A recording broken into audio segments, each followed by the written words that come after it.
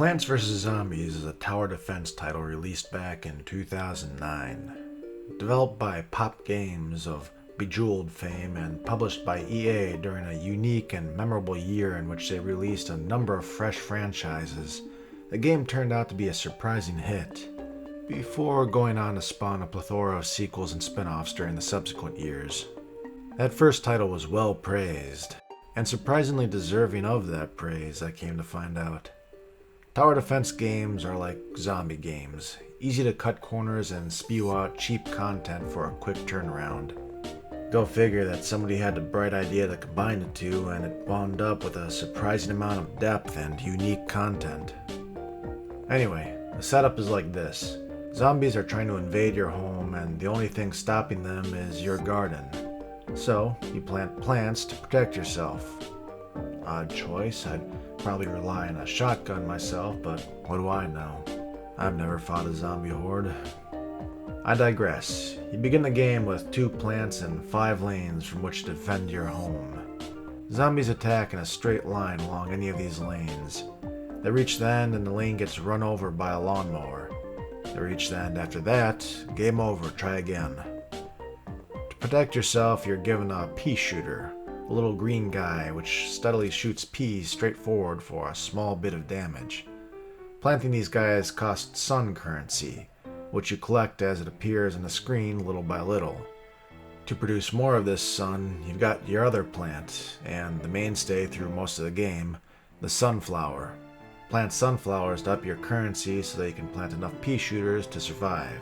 Survive a wave and you'll get a new plant or item to use with its own unique function. Walnuts block zombies for a bit, potato mines blow up passing zombies, piranha plants instantly eat all but the highest health zombies when they come close. The list goes on. Meanwhile, the zombies are no slouches in advancements themselves. Though your default zombie is slow and easily dispatched, there are tougher versions with helmets, your faster and tougher football zombie, a pole vaulting zombie which can clear your first line of defense, a dancing zombie which constantly summons 4 other surrounding zombies, and the list goes on and on. Survive a few waves and you'll meet Crazy Dave, your neighborly pot head. Get it? Yeah. So, he introduces a couple mini-games, a shop mechanic for some unique upgrade plants, inventory, and a few other things I'll get into later, and it's off to fight more waves. Survive some more of these and a couple unique encounters, and it's off to nighttime, where your current crop of plants struggles without sun to feed them. Luckily, there's fungus, so you'll go about replacing your main inventory with a more efficient one. Another set of waves later, and you'll move on to the backyard, where there's a pool and you'll need aquatic-themed plants. And so it goes for 5 different sets of levels, each with their own little quirks and plants made to take advantage of them. Not to mention zombies used to attack their weaknesses. Night levels have graves which can spawn zombies, awaken mushroom plants which often have more unique features, such as a magnet which can steal protective items from zombies, and have no passive sun bonus. Pool levels have an extra lane zombies can attack from, with aquatic tiles which you cannot place normal plants on top of without a lily pad. Night pool levels feature a thick fog which coats half the level without a fragile lamp plant. Roof levels feature a tilt which makes straight shooting plants ineffective, as well as powdery tiles which can be broken and need to be replaced because, you can't just plant something in the middle of your roof. And all this is really just scratching the surface.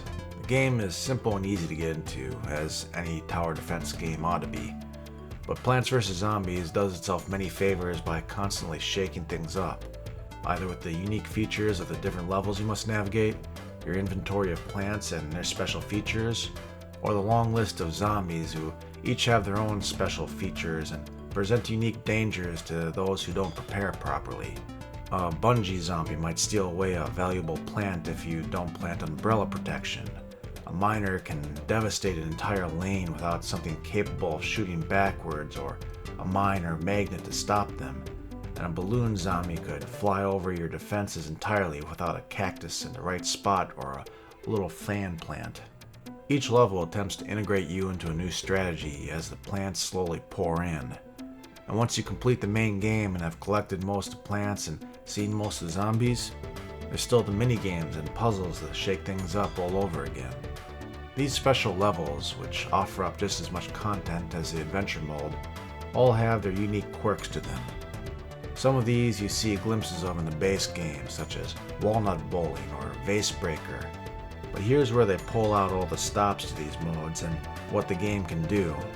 Play a mode in which all the zombies are invisible, or one in which you're playing a version of Bejeweled with the plants whilst attempting to fend off the zombie hordes. Hell, you even have a mode where you get to play as the zombies, utilizing them in a mock attack on your own home. There's a stupid amount to do in these minigames, and it's surprisingly fresh and fun. And even then, there's more content. Plant and care for your own Zen garden, expanding it utilizing currency which drops from fallen zombies, completed levels, and the garden itself. Go off and plant the Tree of Wisdom, which offers up a bit of advice or a hint every time you grow it with a bit of expensive fertilizer. Most of these hints are pretty self-explanatory, and there probably could have been more added, especially considering there's an achievement for you hunters to grow the tree to 100 feet and the advice stops coming long before then. But there's a surprising amount which turns out genuinely useful, including a couple fun cheat codes you can type in. And even then there's yet more content, as you can go through the adventure mode yet again with some added difficulty, plus one other unique bit. Crazy Dave has taken up 3 of your inventory slots with plants of his choice, which turns out to be rather refreshing just when you thought you've seen everything, as you must now contend with trying brand new strategies to utilize Dave's often confounding picks. So, as you might imagine, Plants vs. Zombies is a game which I'd easily recommend. It's quirky and fun and has a nifty, if repetitive, soundtrack, and the graphics, while nothing to write home about, aren't ugly. More than this, the game itself doesn't have many flaws. It might bog down a bit in repetition here and there, but that's not exactly surprising considering just how much content there is available. And most of that content is completely optional side games and second playthroughs. A bit more difficulty selection might also be nice, especially in repeat playthroughs, as the default is typically pretty easy without all that much try. Except in a few levels, it's pretty easy to get by with just creating a line of sunflowers and a couple lines of your weapon of choice, with a couple inclusions here and there to protect against unique zombies or map features. There's also a definite grind for currency if you're a completionist, though again that's all optional.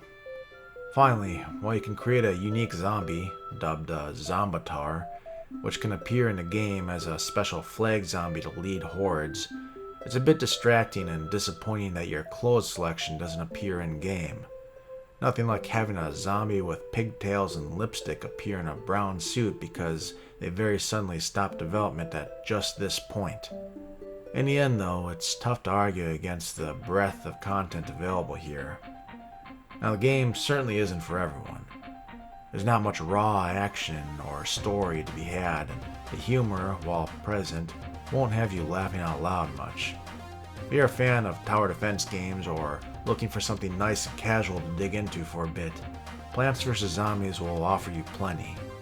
If you're searching for something more than that, well, you're barking up the wrong tree.